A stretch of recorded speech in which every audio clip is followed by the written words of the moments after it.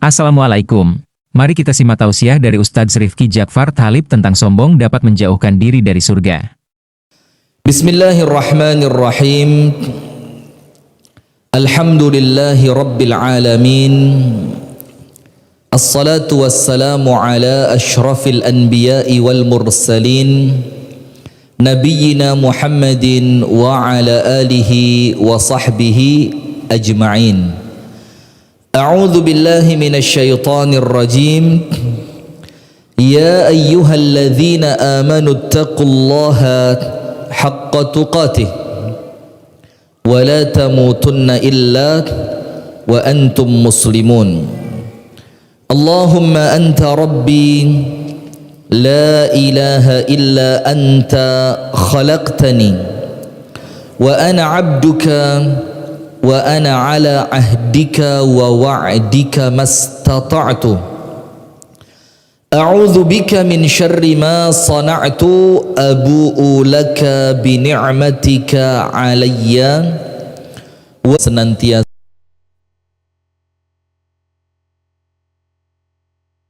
alamin. Dan pemirsa Madani TV dimanapun Anda berada, puji dan syukur alhamdulillah kita haturkan kepada Allah atas limpahan nikmat yang Allah karuniakan kepada kita, yang apabila kita mensyukuri nikmat itu, ibu-ibu perhatikan, nikmat yang disyukuri akan kekal. Jadi panjenengan sekarang punya nikmat apapun, merasa bahagia, merasa sehat, merasa tenang, rumah tangga baik-baik saja, itu nikmat atau bukan? Nikmat. Maka bagaimana caranya supaya nikmat ini sama Allah tidak dicabut? Disyukuri. Ibu-ibu tahu ayatnya? Innallaha la yughayyiru ma biqaumin hatta yughayyiru ma bi anfusihim. Allah tidak akan merubah nasib suatu kaum sampai kapan? Sampai mereka sendiri yang merubahnya. Tahu tidak artinya apa? Allah tidak akan mencabut nikmat dari suatu kaum sampai mereka yang menjadikan nikmat itu pantas dicabut. Itu makna ayatnya, Bu. Jadi kalau panjenengan menjadikan nikmat itu tidak pantas dicabut, maka Allah tidak akan cabut. Tapi ketika panjenengan ketika mendapatkan nikmat tidak bersyukur, maka Allah merasa nampaknya nikmat ini pantas untuk dicabut. Berarti kalau ada nikmat yang dulu kita rasakan sekarang hilang, itu nikmat itu yang menjadikan hilang kita atau Allah? Kita. Kenapa? Karena kita tidak merawat nikmat itu dengan baik. Maka Allah tidak akan mencabut nikmat yang telah Allah berikan sampai memang kita menjadikan nikmat itu pantas dicabut. Termasuk rumah tangga ya. Dulu bahagia, dulu seneng, dulu tenang, dulu gembira. Kok sekarang bahagia, tenang, seneng, gembiranya hilang? Artinya apa? Kita yang menjadikan bahagia itu pantas hilang, bukan karena Allah Subhanahu wa ta'ala. Bagaimana caranya biar tidak hilang? Disyukuri dengan benar.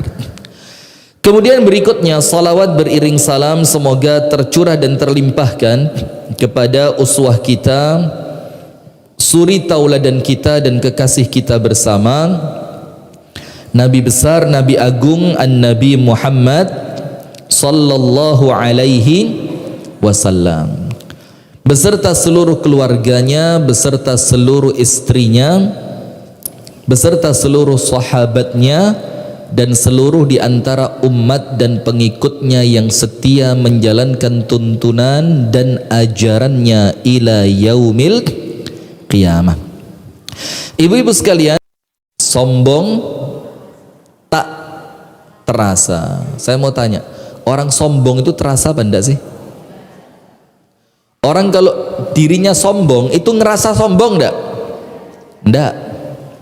Dia bilang, maaf lo ya, ini bukan sombong, ini cuma cerita. Mesti gitu ya. Nah, Tolong lo ya, jangan salah paham, nanti dikira saya sombong. Loh, padahal yo memang itulah orang yang sedang sombong. Akhirnya dengan muqaddimah, pembukaan yang mengatakan jangan salah paham lo ya, saya tidak sombong. Nah, itu ciri bahwa yang mau dia ceritakan sesuatu yang menjadikan dia bakal sombong. Atau ucapan nanti saya dikira sombong, tidak usah wes, tidak usah cerita. Padahal walaupun Anda tidak cerita, dengan omongan nanti kalau saya cerita saya dikira sombong, itu sudah menunjukkan bahwa Anda sudah sombong. Nah, kira-kira pengajian kita Bu 2 jam ke depan yang sekitar itu berapa? 1 jam. Baru di sini tok loh pengajian 1 jam itu.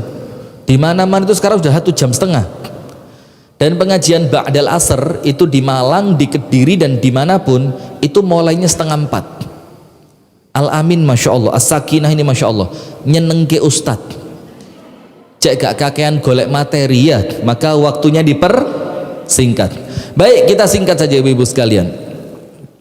Sombong tak terasa. Sekarang begini, secara syariat, hadirin yang dirahmati oleh Allah dan pemirsa Madani TV dimanapun Anda berada, secara syariat sombong itu maknanya 2, dan insya Allah semuanya sudah tahu.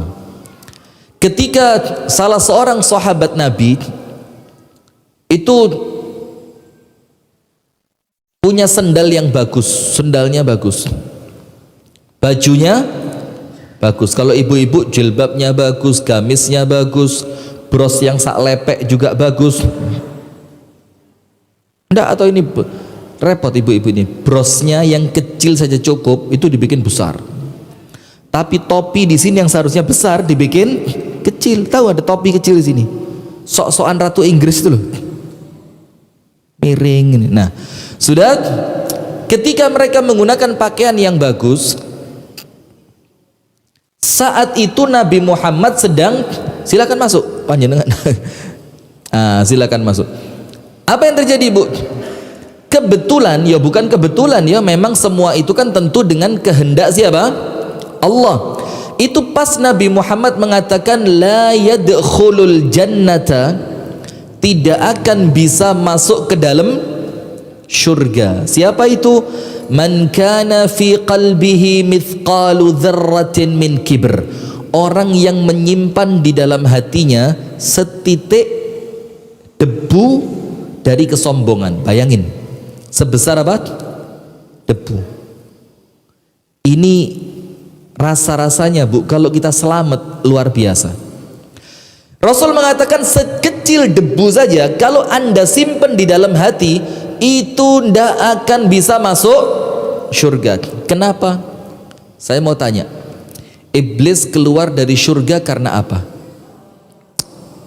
Itu sudah dikasih contoh sama Allah. Yang sombong di dalam bisa keluar, apalagi yang masih di luar punya sombong kemudian kepingin masuk. Maka Rasul bilang tidak akan bisa masuk surga orang yang menyimpan kesombongan di dalam hatinya walaupun sekecil biji sawi, mithqalu dzarratin min kibr. Sudah Bu. Sahabat yang tadi merasa sepatunya bagus, gamisnya bagus, kali ini gamis saya rada elek ini, tadi berangkatnya buru-buru, biasanya bagus-bagus loh punya saya.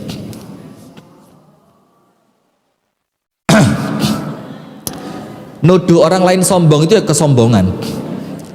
Jadi menuduh orang lain sombong itu apa? Kesombongan. Ya ini cerita saja biar tidak dikira sombong gitu lah ya. Kok podo ya? Sudah. Maka sahabat yang pas kebetulan sepatunya bagus, sendalnya bagus, bajunya bagus, gamisnya bagus, kendaraannya bagus, langsung ketakutan Bu, keweden. Maka itulah Bu, kita ini kadang-kadang ya serba salah. Gawe montor elek dirasani wong, ustad kok montore elek. Pakai mobil bagus, sing ngundang kesian, ting amplopi piro, montore apik koyok ngene gitu. Loh, jadi serba salah kita ini ya. Pakai mobil jelek dirasani, pakai mobil bagus, loh penake dadi ustad. Kerjane mek ngono tok, montore apik. Nah, ini repot. Nah, maka sahabat yang mendapatkan saat itu kendaraannya bagus, mobilnya bagus, sendal semuanya, takut. Gara-gara oleh Nabi Muhammad dibilang yang sombong walaupun sekecil debu ndak akan masuk surga. Sekarang saya mau tanya, silakan angkat tangan yang ndak sombong, silakan. Monggo, bismillah. Ndak apa-apa, ndak usah sok tawadhu. Ayo silakan angkat tangan yang ndak sombong. Loh, sombong semua mau masuk surga? Mau? Loh, sombong kok. Saya ulang. Angkat tangan yang tidak sombong, coba. Angkat tangan. Tidak ada. Berarti sombong semua ya. Terus kepingin masuk surga. Rasul kan ngomong kalau sombong tidak bisa masuk. Kok masih kepingin? Nah, sudah. Akhirnya sahabat Nabi merasa kaget. Waduh ya Rasul, kita ini manusia itu normal seneng yang indah-indah, betul apa enggak? Kita suka sepatu kita bagus, kita suka pakaian kita bagus, kita suka jilbab kita pantas, kita suka kalau pas pakai perhiasan itu juga nampak indah. Apakah itu sombong? Apa kata Rasulullah? Oh bukan. Innallaha jamilun yuhibbul jamal. Allah itu zat yang maha indah dan Allah senang dengan yang apa? Yang indah-indah. Maka Allah itu senang kalau panjenengan sama Allah dikasih nikmat, nikmatnya itu kelihatan. Seneng, wajahnya seger, pakaiannya bagus, suka bantu orang, suka nyumbang orang. Itu Allah seneng. Kenapa? Nikmatku menjadi manfaat. Kelihatan loh kalau orang ini dikasih nikmat, panjenengan pegel ndak? Kita kasih contoh. Ada orang miskin. Orang miskin, panjenengan lihat kok kesian ya, rumahnya jelek. Panjenengan tanya, ini rumahnya siapa? Ngontrak. Setahun berapa? Setahun 3 juta. Terus panjenengan gini, wes sudah, gak usah ngontrak ya. Mau ndak tak beliin rumah bagus? Mau, kata dia. Sudah, panjenengan beliin dia rumah bagus, sertifikat atas nama dia. Ternyata rumahnya sama orang miskin tadi nggak dipakai. Panjenengan mangkel apa ndak? Mangkel apa ndak? Mangkel loh. Saya ini bahasa Inggrisnya mernahno. Ngerti mernahno? Apa ya mernahno itu ya? Apa? Mengarahkan, bukan. Mernahno itu tak ewangi gitu loh, tak ewangi sampai soro cek sampean iso duwe omah api. Lah kok wis ditukokne omahe gak gelem di gawe, maka yang ngasih sedih. Kenapa? Nah, begitu pula Allah kasih nikmat buat panjenengan, ternyata panjenengan gak menikmati nikmat itu. Tetep pakaiannya gak pernah ganti, rumahnya gak pernah dicat, makanannya ndak enak terus. Justru sebaliknya, Allah senang ketika nikmat itu tampak dalam diri seorang hamba. Sekarang begini, oh betul ya Rasul, berarti kalau pakai sepatu bagus belum tentu sombong, kecuali dari awal niatnya memang mau pamer, ya enggak? Pakai mobil bagus belum tentu sombong, karena memang dia menggunakan itu dalam rangka mensyukuri apa yang Allah berikan. Terus sombong itu apa? Hati-hati ibu-ibu ya, ini sombong secara syariat. Nanti kita akan tunjukkan 3 sombong tak terasa. Hukumnya sama. Hukumnya apa? Sama. Yang pertama kata Rasulullah, batarul haq, menolak kebenaran. Itu sombong. Sekarang begini, Mbak, sampeyan Mbak, kalau pengajian itu seharusnya jilbabnya itu yang bagus, yang rapi, rapi yang syar'i. Lu mosok mbak pengajian kok jilbabnya kelihatan poninya? Coba. Akhirnya karena yang mengingatkan itu dianggap orang miskin. Ah, ngerti apa kamu? Karena yang mengingatkan dianggap orang yang tidak punya kedudukan. Akhirnya peringatan yang baik oleh orang kaya tadi, peringatannya diapain? Ditolak. Itu namanya sombong. Mbak, ayo datang pengajian yuk. Ada pengajian bagus, materinya bagus, ustadznya bagus. Di mana? Di masjid sebelah. No. Ndak. Pokok kalau ndak di masjidku, ndak mungkin bagus. Padahal apa yang diceramahkan di masjid yang lain itu juga kebenaran. Hanya gara-gara yang menceramahkan, yang mengundang, yang menyampaikan bukan dari masjidnya, bukan dari kelompoknya, akhirnya ditolak. Itu namanya apa? Sombong. Yang kedua, wa ghamtun nas. Apa ghamtun nas? Meremehkan manusia. Biasa begini, sampean lu sopo. Nah coba, misalkan ibu-ibu mau ada acara rekreasi bersama, karena pesertanya banyak, ada 7 mobil yang dipakai. Akhirnya biasa di sini mulai ketoro, ya sombong apa gak ketoro. Mbak, aku melok mobilnya sampean yo.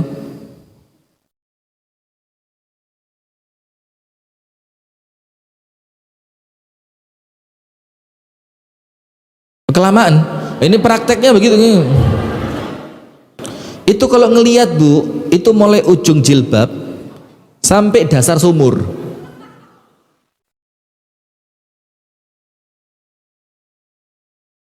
Sampai nopo tahu numpak mobil api kok muntah. Sampean kena AC mabuk engko. Ojo wis numpak pickup ae. Yo coba.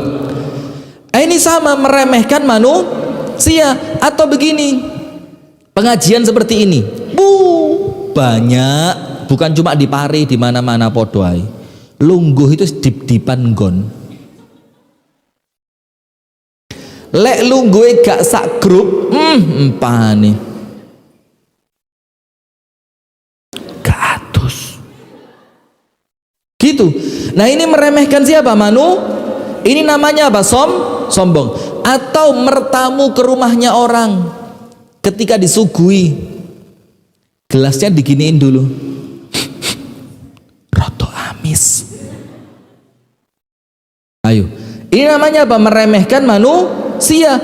Atau dia tidak mau kumpul dengan orang-orang yang tidak sekufu dengannya, karena dia menganggap dirinya lebih mulia dibandingkan orang lain. Nah, maka ini sombong secara syariat. Nomor 1, menolak kebenaran.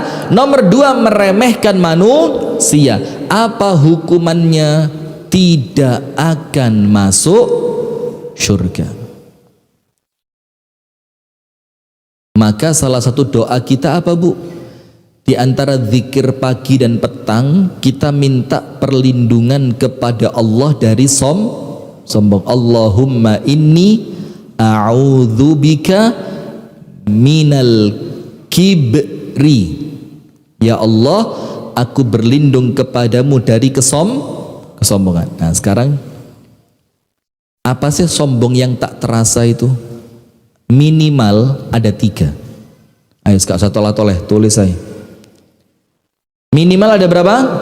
3. Sombong yang tidak terasa. Nomor 1, minta senantiasa dispesialkan. Minta senantiasa apa? Dispesialkan. Jadi minta senantiasa di nomor 1-kan. Minta senantiasa minta senantiasa diutamakan.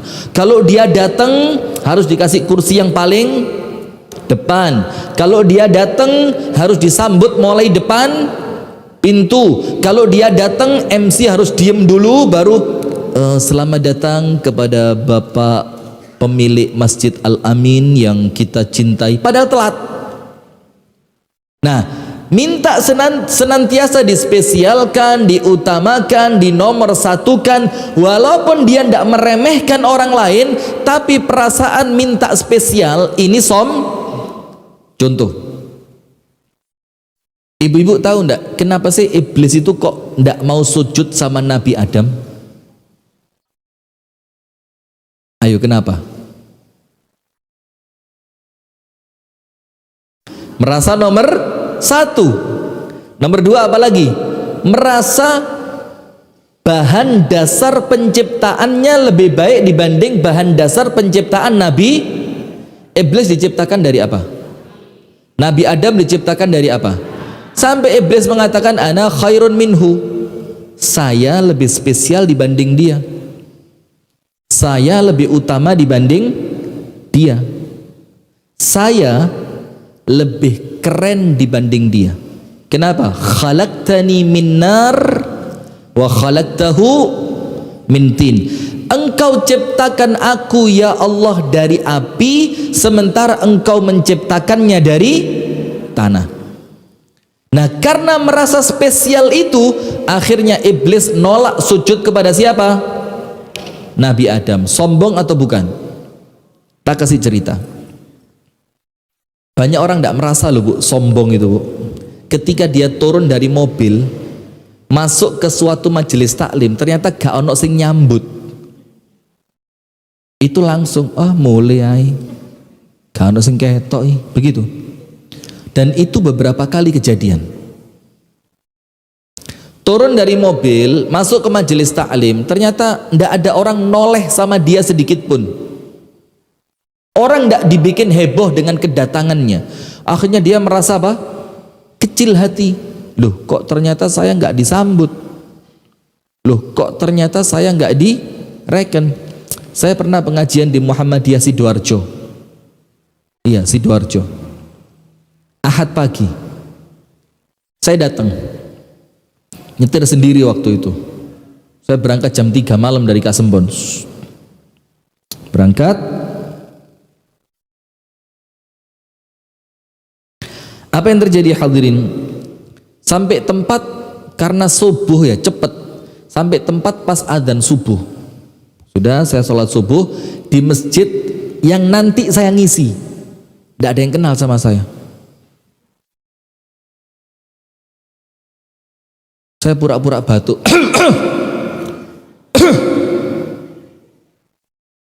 Baju tak rapiin, kopiah tak puter, tak delok sopo imame, sopo sing adzan. Sudah. Sampai selesai sholat tidak ada yang kenal. Wes mau wangkel Bu, kurang ajar. Ustadz terkenal kok di sini nggak dikenal. Sudah masuk mobil saya. Belum. Jangan dijawab dulu. Astagfirullahaladzim. Ini saya mau cerita. Sudah kan? Sudah. Saya masuk mobil. Saya pindah mobil saya kira-kira 500 meter dari masjid itu. Saya tidur. Kan waktu itu subuhnya masih cukup malam. Jadi saya masih punya kesempatan tidur itu kira-kira setengah jam sampai 40 menit. Tidur saya di mobil. Menjelang pukul 6 saya balik ke masjid tadi. Saya ke kamar mandi, cuci muka, ganti pakaian. Saya nunggu di masjid. Tidak ada orang satu pun jam 6.00. Jam 6 pas. Padahal pengajian Ahad pagi. Biasa jam berapa Ahad pagi? Jam 6. Saya lihat. Saya lihat alamat lagi. Ojo-ojo keliru. Betul nih. Sudah, diam saya. Jam 6.10 datang satu orang. Dung. Ustadznya ya?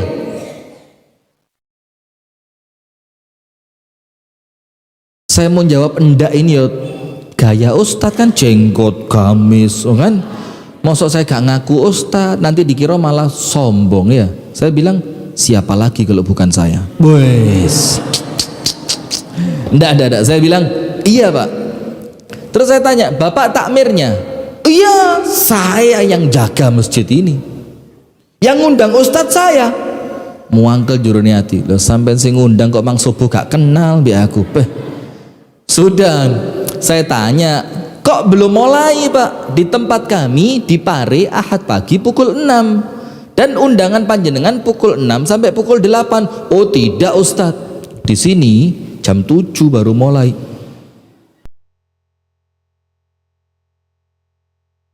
Hati Bu, engkau pengajian tak sikat sampean sak masjid.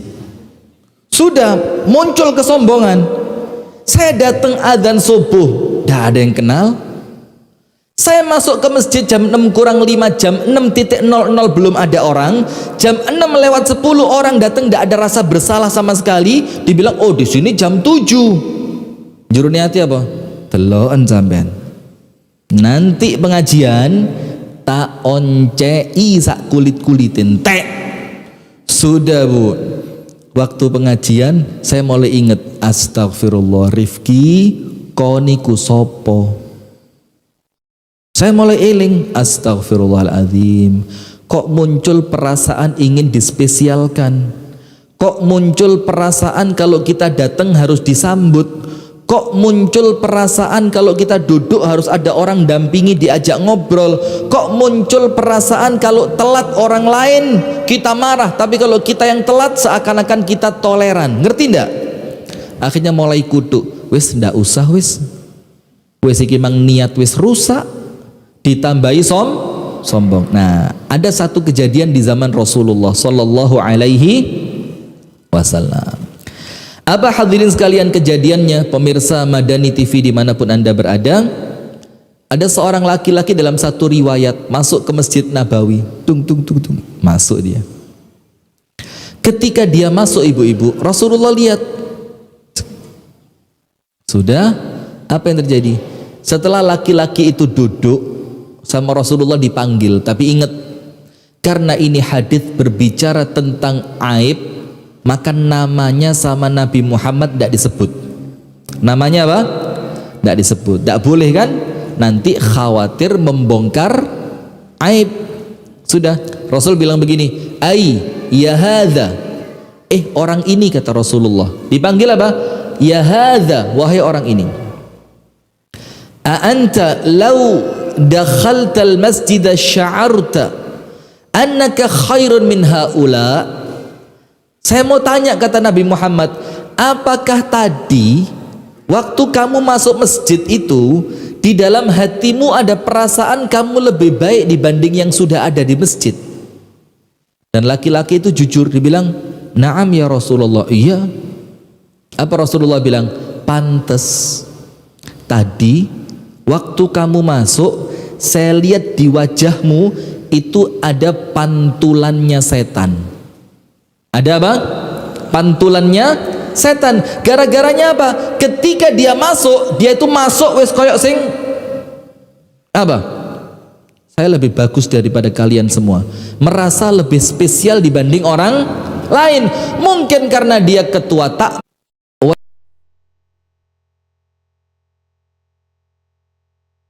Ya, yang Rasulullah Sallallahu Alaihi Wasallam mengatakan kepada Sayyiduna Umar ibnul Khattab radhiyallahu taala anhu, Umar, nanti setelah aku meninggal, kamu cari satu orang namanya Uwais ibnu Amir al-Qarni.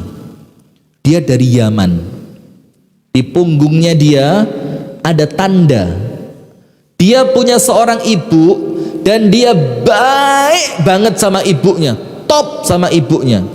Kalau kamu ketemu sama dia Umar, mintalah kepadanya untuk memohonkan ampunan kepada Allah untukmu.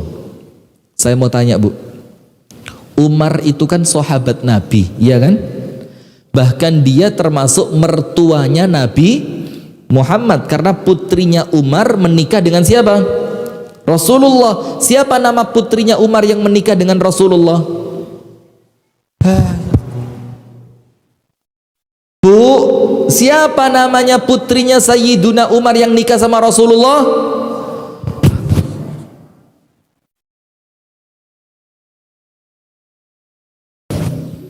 Ini grup senam ya? Ini grup apa? Grup TikTok? Grup apa ini? Namanya siapa? Hafsah. Sudah. Dan itu laki-laki yang Rasul ceritakan kepada Umar yang namanya Uwais Al-Qarni, itu bukan sahabat, dia seorang tabi'in. Seorang apa? Tabi'in.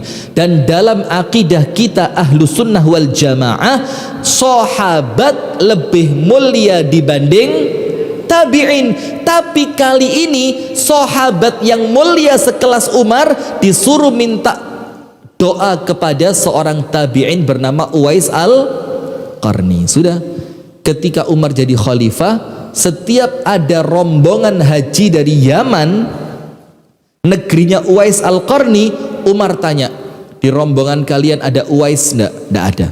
Tahun depan lagi, ada Uwais enggak? Enggak ada. Tahun depan lagi, ada Uwais enggak? Dan ketemunya di akhir kepemimpinan Umar. Sudah, ada rombongan dari Yaman, sama Umar ditanya, afikum Uwais? Di rombongan kalian ada ndak yang namanya Uwais?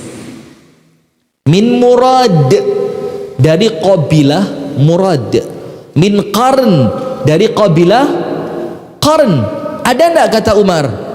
Dibilang sama kepala rombongannya apa? Ya Amirul Mukminin, la narfa'u ilaika Uwaisan illa rajulun fihi jinnah taraknahu ala naqatina ala arba'ati dananir.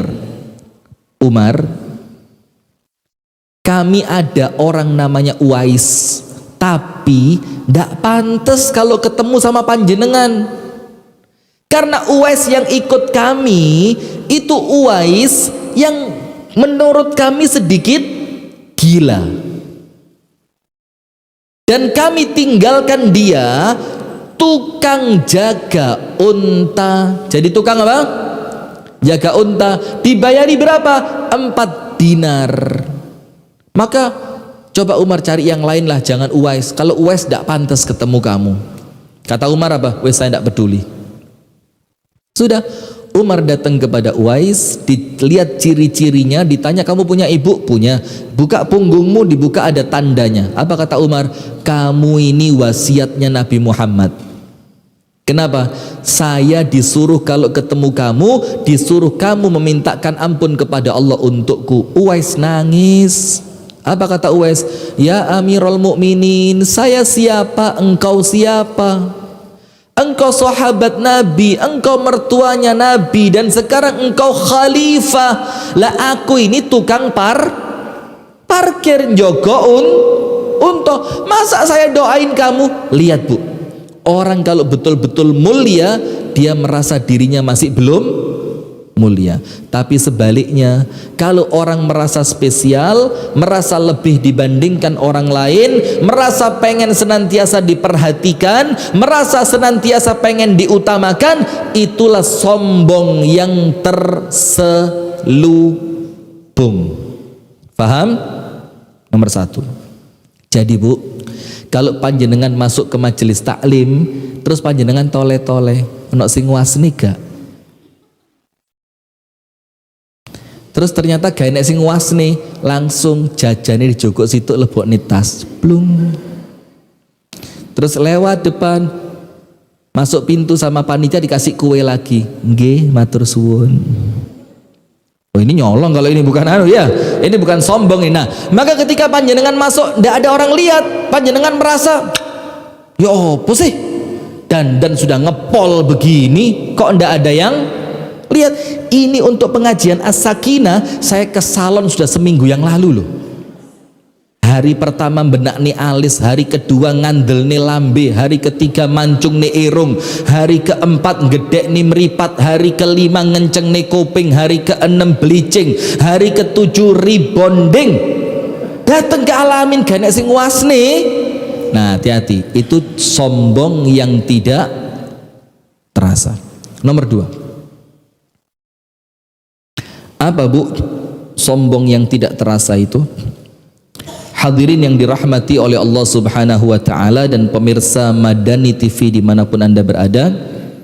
Nomor 2, sombong yang tidak terasa itu adalah tidak mau menerima usulan masukan dari orang lain. Itu namanya apa? Sombong. Sora iso. Pokok lek masjid iki sakit ternyata. Pokok lek masjid iki kudu aku. Pokok lek urusan pembangunan kudu aku. Pokok lek urusan kurban kudu aku. Pokok lek urusan golek khotib kudu aku. Pokok lek urusan tuku lho kok mali kabeh. Lala aku kabeh jadinya ya. Dia tidak mau menerima usulan dari orang lain. Dia menganggap usulannya adalah yang terbaik. Sombong apa enggak? Akhirnya orang lain mangkel enggak sama dia. Lah terus rapat buat apa? Lho panjenengan ngundang saya untuk rapat. Saya usul cuma didengarkan, tampung. Terakhir sudah ya, kita putuskan ya. Ternyata usulannya dia yang diputuskan loh. Terus usulannya beliau tadi diapain? Ya kayak pantes-pantesan, mosok keputusan gak enek rapati. Nah ini orang yang tidak mau menerima usulan orang lain itu sombong tidak terasa. Dia menganggap usulannya pasti yang terbaik. Dia menganggap pemikirannya pasti yang paling keren. Dia menganggap hasil pikirannya dia pasti yang paling pas. Itu namanya sombong tidak terasa. Tak kasih contoh. Mau contoh apa enggak? Mau? Bayar. Begini contohnya, Bu. Sombong yang tidak terasa ya. Enggak mau nerima usulan orang lain. Ketika Rasulullah Shallallahu Alaihi Wasallam mengumpulkan pasukan perang, ini sudah siap perang, Bu. Siap sudah, pasukan perang sudah siap. Dan sudah sampai di medan perang. Saat itu Nabi besar Muhammad sallallahu alaihi wasallam meletakkan pasukan itu di belakangnya sumur air. Jadi ini sumur, sumur. Pasukannya ditaruh di mana? Belakangnya. Sudah, semua sahabat tidak berani protes karena yang ambil keputusan siapa? Nabi Muhammad. Menurut mereka usulannya Nabi Muhammad pasti keren, pasti baik, pasti benar. Ternyata salah seorang sahabat itu angkat tangan, ya Rasulullah, hadza ra'yun am hadza wahyun, ya Rasul, keputusan meletakkan pasukan di belakang sumur ini pendapat pribadi panjenengan atau ini merupakan wahyu dari Allah? Kalau wahyu, wes kami tidak mungkin protes karena keputusan Allah pasti yang terbaik. Tapi kalau cuma pendapat, saya punya pendapat yang lebih baik. Apa kata Rasulullah? Hadza ra'yun. Ini saya menempatkan pasukan di belakang sumur, ini pendapat saja. Apa kata sahabat tadi? Kalau begitu ya Rasul, boleh enggak saya usul? Apa kata Rasulullah? Kasih usulan kamu. Pasukan letakkan di depan air. Letakkan di depan sumur. Tujuannya apa? Supaya kalau nanti pasukan musuh kehabisan air, mereka tidak bisa punya air. Dan air ini salah satu komoditi yang paling vital. Akhirnya Rasulullah manut apa enggak? Nurut. Kenapa? Karena Rasulullah adalah orang yang paling tidak sombong, yang paling tawadhu. Maka walaupun usulan itu muncul dari seorang sahabat, Rasulullah tidak malu. Contoh yang lain mau? Rasul nerima usulan dari istri. Istri ini boleh usul sama suami. Panjenengan kalau usul sama suami diterima apa enggak usulannya? Wong wedok melok ngomong, meneng. Ini urusan laki-laki. Digituin. Enggak tenane. Jangan curhat di sini. Nanti ada acara khusus curhat dong Ustadz. Coba kalau perempuan usul, kadang-kadang suami bilang apa? Sudah, perempuan tidak usah ikut-ikut. Ini urusan laki-laki. Melbu. Tidak benar ini. Nabi Muhammad SAW ketika masuk ke kota Mekah untuk melakukan haji, sama orang kafir Quraisy ditolak, betul tidak? Sampai keluar yang namanya perjanjian Hudaibiyah, ya kan? Tahu? Keliru mana? Tahu? Allahu Akbar. Ustadz Hatta, tolong Ustadz Hatta. Ini dilaporkan Ustadz Hatta, keren ini. Perjanjian apa? Hudaibiyah. Sudah. Apa di antara perjanjian Hudaibiyah itu? Umat Islam tahun ini tidak boleh masuk Mekah, tapi bolehnya tahun depan. Sudah kata Rasulullah, ya sudah, wong sudah pakai baju ihram. Apa yang terjadi, Bu? Rasulullah ngomong sama para sahabat, wes sahabat, kita hajinya tahun depan, tapi tahun ini pahala dapat. Terus bagaimana? Potong binatang kurban kalian atau binatang sembelian kalian dan cukur rambut kalian, tahallul, ya enggak? Apa yang terjadi? Sahabat satu orang pun tidak ada yang nurut, tidak mau.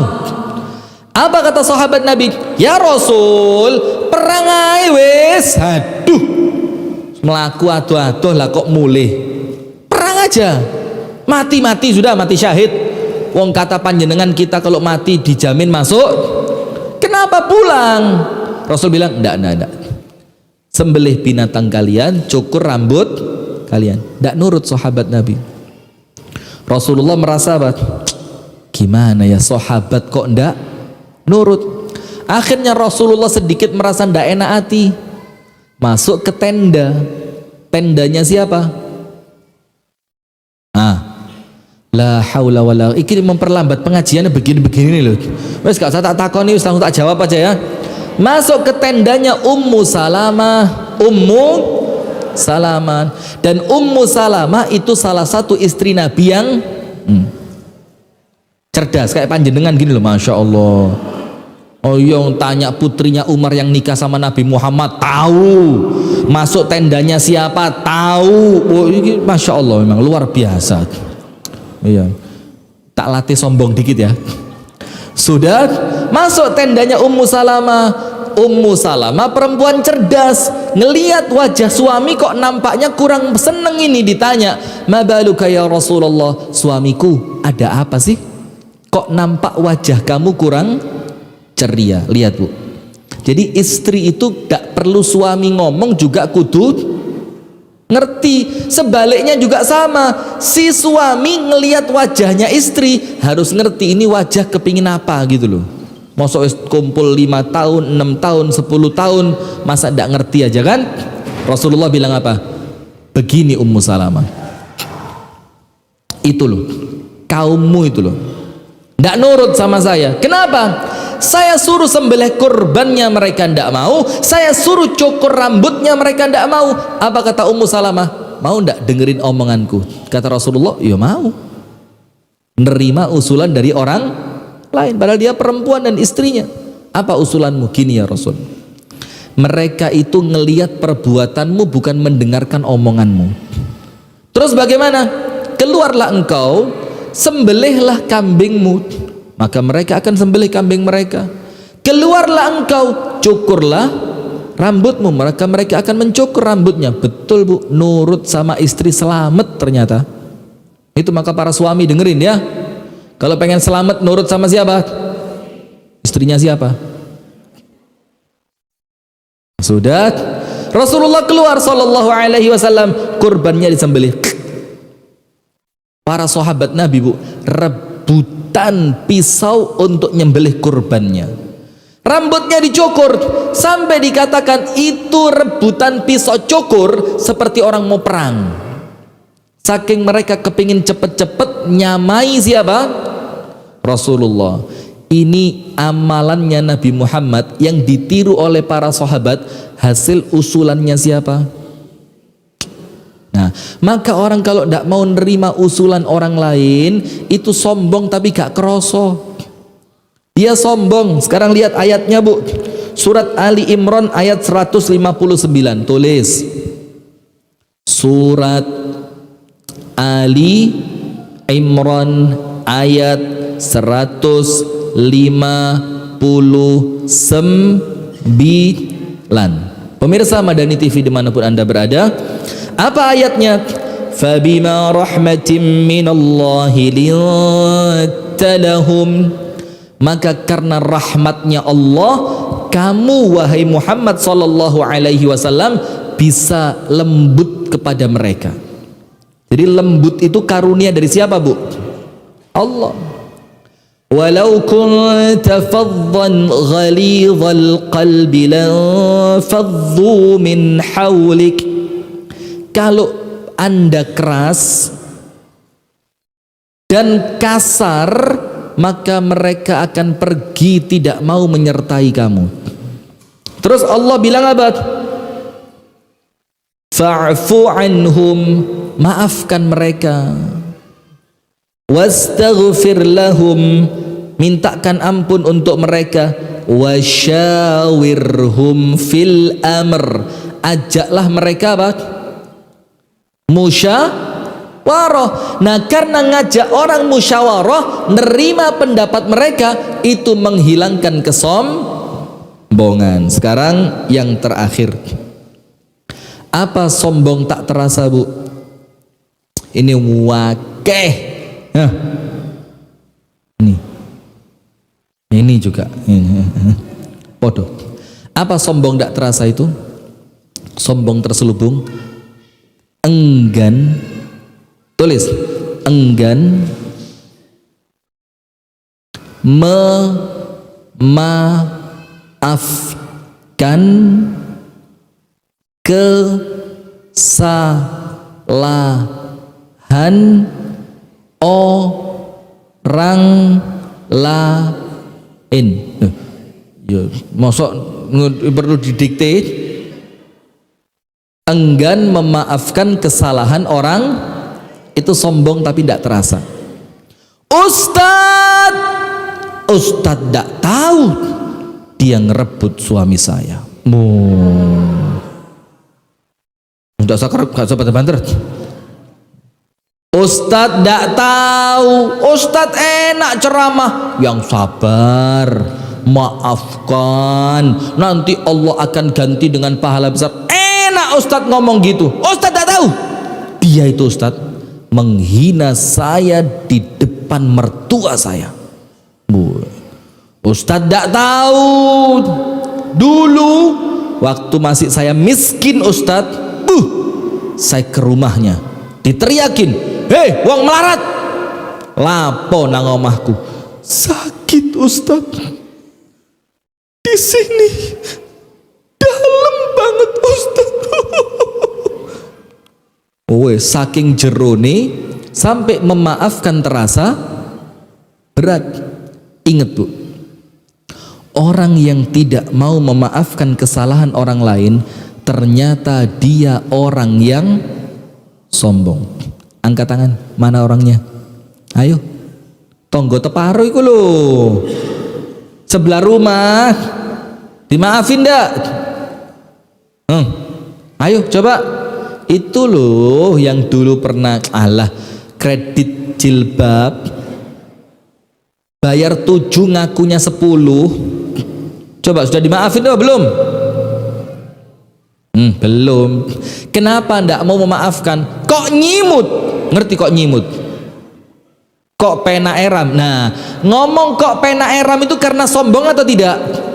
Nah, kenapa saya harus maafin dia? Emang dia siapa? Sombong bukan? Loh, kok enak minta maaf? Kamu kira enteng saya melupakan kesalahan kamu? Sombong apa enggak? Sombong. Tak kasih cerita. Tulis surat An-Nur. Surat apa? An-Nur. Ayat berapa? 27. 22 sombong, baru salah sak kecap. 22. Surat An-Nur ayat berapa? 22. Ini ada ceritanya, Bu. Begini ceritanya. Surat An-Nur ayat yang ke-22 ini menceritakan sama kita kisahnya Abu Bakar.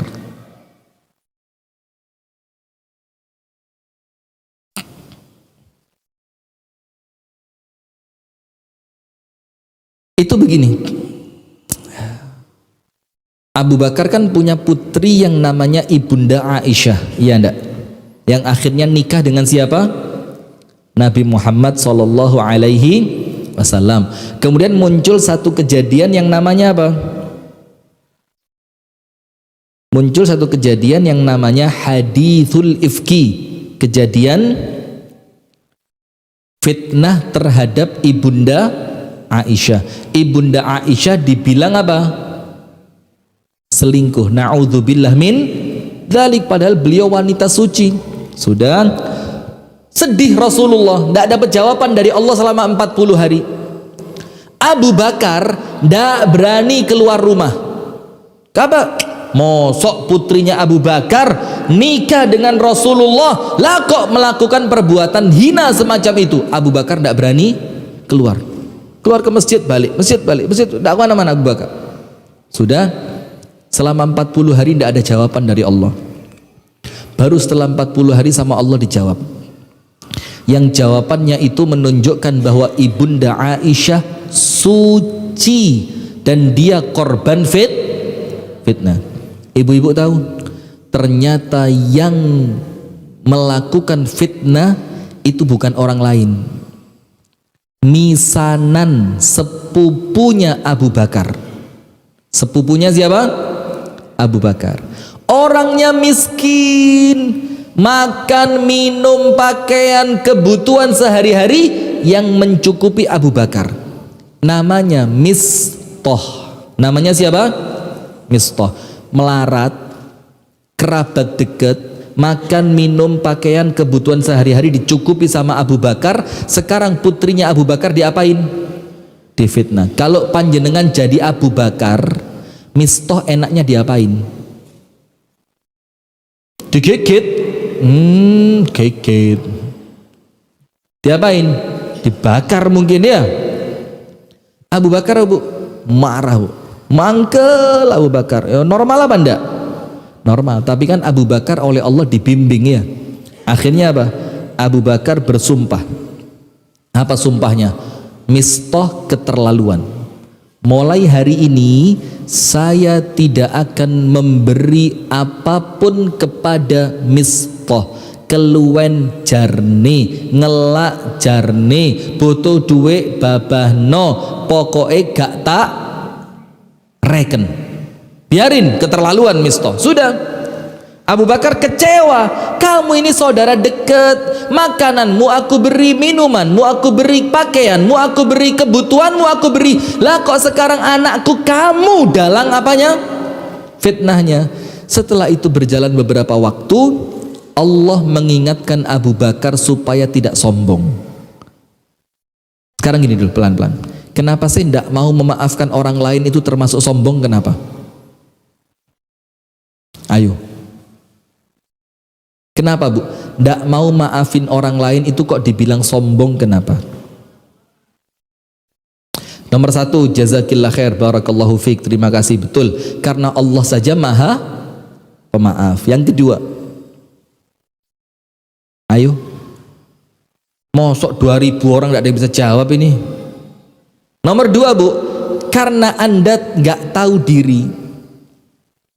Ketika Anda itu tidak mau memahami kesalahan orang lain, seakan-akan Anda menganggap bahwa aku pun tidak pernah bersalah. Sekarang saya mau tanya, panjenengan pernah salah enggak? Oh, enggak pernah. Ibu-ibu pernah salah? Enggak pernah. Katanya perempuan enggak pernah salah. Bener terus kan? Masya Allah. Kita pernah salah kan? Pernah. Loh, terus kenapa ketika yang salah itu orang lain kita tidak toleransi? Padahal kita juga sering berbuat. Berarti sombong apa enggak? Sombong. Yang pertama, loh Allah saja memaafkan kok, masa kita tidak? Loh kita loh juga sering salah. Yang ketika kita salah kita kepingin orang lain juga memaafkan. Sekarang kenapa ketika yang salah orang lain kita tidak mau maafin? Sombong. Maka sama Allah diingatkan, surat An-Nur ayat berapa tadi? 22. وَلَا يَأْتَلِ أُولُو الْفَضْلِ مِنْكُمْ وَالسَّعَةِ أَنْ يُؤْتُوا أُولِي قُرْبَى وَالْمَسَاكِينَ وَالْمُهَاجِرِينَ فِي سَبِيلِ اللَّهِ وَلْيَعْفُوا وَلْيَصْفَحُوا أَلَا تُحِبُّونَ أَنْ يَغْفِرَ اللَّهُ لَكُمْ وَاللَّهُ غَفُورٌ رَحِيمٌ. Apa artinya? Tidak pantas, kata Allah, orang-orang yang memiliki kelebihan, orang-orang yang memiliki keluasan rezeki, tidak pantas kalau mereka itu bersumpah bahwa mereka tidak akan memberi bantuan kepada kerabatnya, tidak akan memberi bantuan kepada orang miskin, dan tidak akan memberi bantuan kepada orang yang berhijrah di jalan Allah. Terus Allah bilang apa? Hendaknya kamu memaafkan dan hendaknya kamu berlapang dada. Bukankah kamu ingin diampuni dan dimaafkan oleh Allah? Dan Allah Maha Pengampun lagi Maha Penyayang. Abu Bakar ngerti, Bu. Oh, ini ayat nyindir saya ini. Apa yang terjadi? Saya mau dimaafkan sama Allah karena Allah menawarkan. Bukankah kamu mau dimaafkan? Mau. Terus bagaimana caranya? Ya maafkan orang lain. Apa yang terjadi, Bu? Abu Bakar datang ke rumahnya Mistah, bawa makanan, bawa uang, bawa pakaian. Diketuk, tuk tuk tuk. Kata Mistah, siapa? Abu Bakar bilang, Abu Bakar. Mistah bilang apa? Abu Bakar, kalau kamu datang mau marah-marah, saya tidak mau bukain pintu. Saya capek seharian terus dimarahin sama orang. Apa kata Abu Bakar? Enggak kok, saya datang justru mau minta maaf. Kaget Mistah, yang salah siapa? Yang minta maaf siapa? Dibuka. Terus Mistah tanya, loh kamu salah apa kok kamu mau minta maaf Abu Bakar? Dibilang apa? Saya tadi sempat bersumpah tidak mau bantu kamu. Ternyata menurut Allah itu tidak benar, maka saya minta maaf, saya kembali akan bantu kamu. Coba lihat, Abu Bakar sombong apa enggak? Karena dia tidak sombong, maka dia berlapang dada memaafkan orang lain. Nah, berarti ini 3, Bu ya. Sombong tidak terasa. Nomor 1, kepingin senantiasa diutamakan, datang harus disambut segala macam. Nomor 2, tidak mau menerima masukan dari orang lain. Nomor 3, tidak mau memaafkan kesalahan orang lain. Sekarang penutup, apa keutamaannya kalau kita tidak sombong? Orang yang tidak sombong namanya apa? Tawadhu. Namanya apa? Tawadhu. Orang yang tawadhu oleh Allah derajatnya bakal diangkat.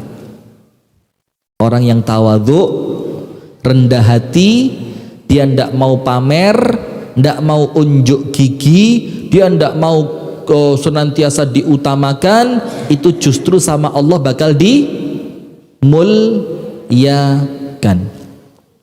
Allah Ta'ala berfirman dalam Al-Quran, tilkad darul akhiratu naj'aluha lilladzina la yuriduna uluwan fil ardi wala fasada. Negeri akhirat artinya apa? Surga. Allah siapkan untuk siapa? Untuk orang-orang yang ketika di dunia tidak merasa besar, tidak merasa mulia, tidak merasa spesial, tidak merasa tinggi, itu sama Allah dijamin masuk surga. Nah, maka karena sombong tidak bisa masuk surga, berarti kalau kepingin masuk surga ada jaminan dari Allah, jangan sampai sombong. Nah, kalau sombong yang jelas, insya Allah aman. Meremehkan manusia, ndaklah insya Allah ya. Kemudian menolak kebenaran, ndaklah. Wong kita ngaji cari apa? Kebenaran. Tapi yang terselubung ini yang hati-hati. Nomor 1, kepingin senantiasa dimuliakan. Nomor 2, tidak mau menerima masukan dari orang lain. Nomor 3, tidak mau memaafkan kesalahan orang lain. Itu hadirin sekalian, Pemirsa Madani TV dimanapun Anda berada, yang dapat kami sampaikan di sore hari ini semoga ada manfaatnya, kurang lebihnya kami mohon maaf. Hadanallahu wa iyyakum ajma'in. Subhanakallahumma wa bihamdika asyhadu an la ilaha illa anta astaghfiruka wa atubu ilaik. Assalamualaikum warahmatullahi wabarakatuh.